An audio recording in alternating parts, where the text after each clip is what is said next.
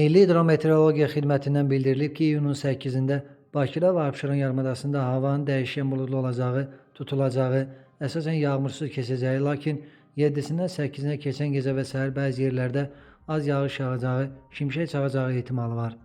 Mülayim şimal-qərb küləyi əsəcək. Temperatur gecə 18-21, gündüz 26-31 dərəcə isti, atmosfer təzyiqi isə 763 mm civə sütun olacaq. Naxçıvanda və Azərbaycanın bəzi rayonlarında arabir yağış yağacaq. Havanın temperaturu 26-27 dərəcə isti olacaq. Şimşək çaxacağı, bəzi yerlərdə dolu düşəcəyi ehtimalı var. Gecə və səhər dağlıq ərazilərdə zəif duman olacaq, şərq küləyi əsəcək. Temperatur gecə 16-20, gündüz 28-33, dağlarda gecə 5-10, gündüz 15-20 dərəcə isti olacaq. İstənilən hava şəraitində hər birinizə xoş əhval-ruhiyyə arzu edirik.